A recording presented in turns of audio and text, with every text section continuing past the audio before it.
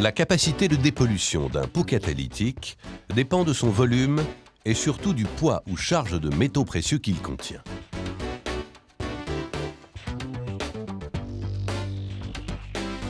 Deux familles principales existent.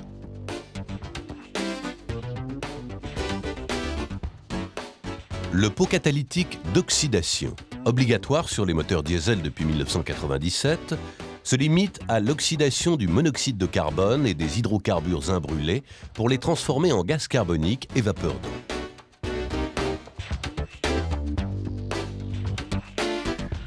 Le pot catalytique trifonctionnel équipe les motorisations essence.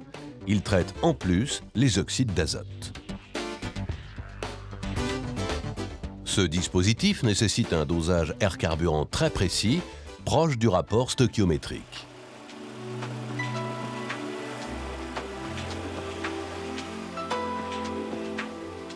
La régulation par sonde lambda est impérative.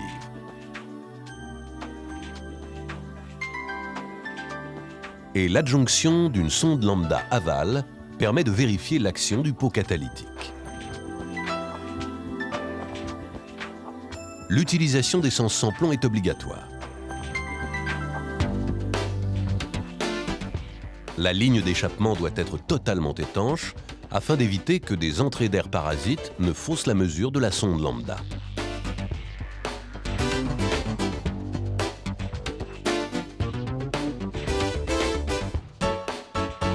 Ce qui entraînerait une correction de richesse non souhaitée. Le pot catalytique réclame une température minimum de 300 degrés Celsius pour s'amorcer. Sa température de fonctionnement idéale est de 600 à 800 degrés. Au-delà de 1000 degrés, il risque la destruction.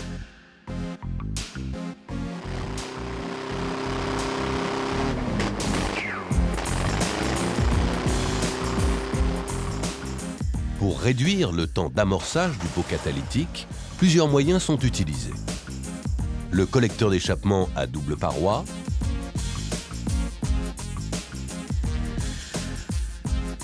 le collecteur est formé de deux parois de tôle séparées par une lame d'air. Au démarrage, la paroi interne monte plus vite en température, les gaz sont moins refroidis et la réaction de catalyse s'amorce plus rapidement. Autre système, le précatalyseur.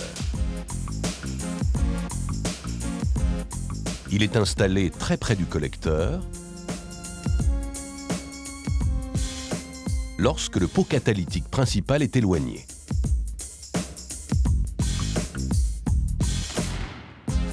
Les gaz arrivent plus chauds et facilitent l'amorçage de la catalyse.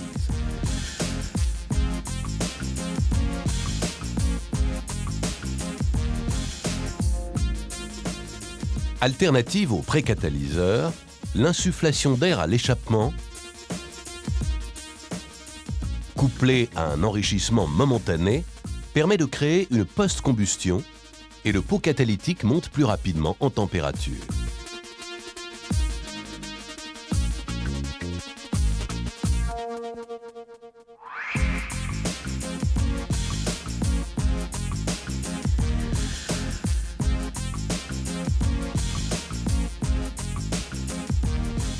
Sans insufflation d'air, la montée en température du pot catalytique est progressive. Avec l'insufflation d'air, la montée est beaucoup plus rapide.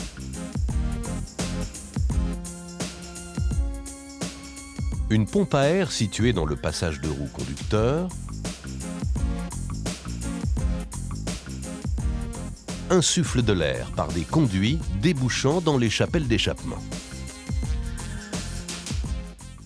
Le calculateur commande la pompe par l'intermédiaire d'un relais suivant une stratégie précise.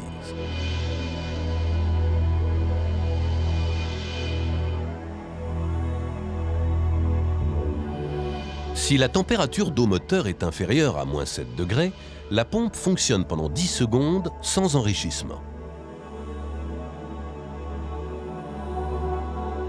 De -7 à 15 degrés, la pompe insuffle de l'air toujours sans enrichissement pendant 30 secondes.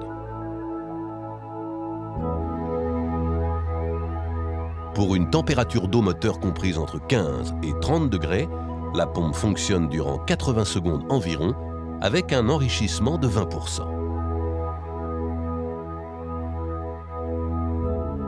Ces commandes se font dès le démarrage et au ralenti.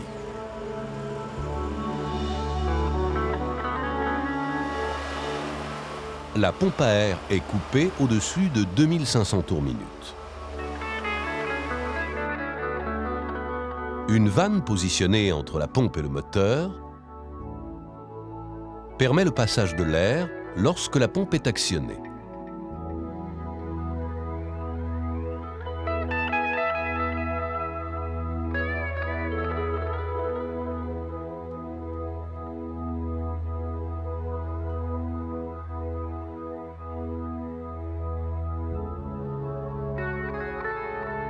Elle évite également la sortie des gaz d'échappement par le circuit d'injection d'air.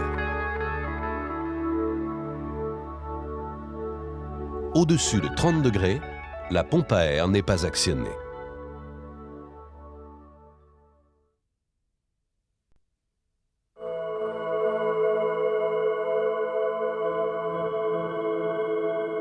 L'écran du Diag 2000, en mode carte mesure,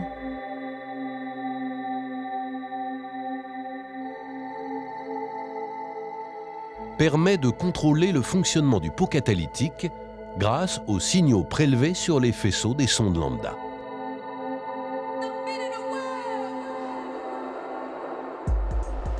Si la sonde amont émet un signal sinusoïdal et la sonde aval un signal plat, le fonctionnement est bon.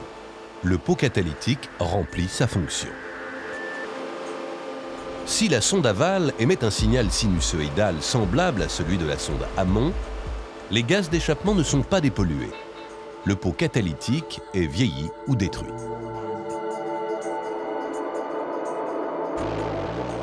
Si le signal de la sonde amont présente une fréquence d'oscillation lente et un décalage des caractéristiques, cette sonde amont est vieillie.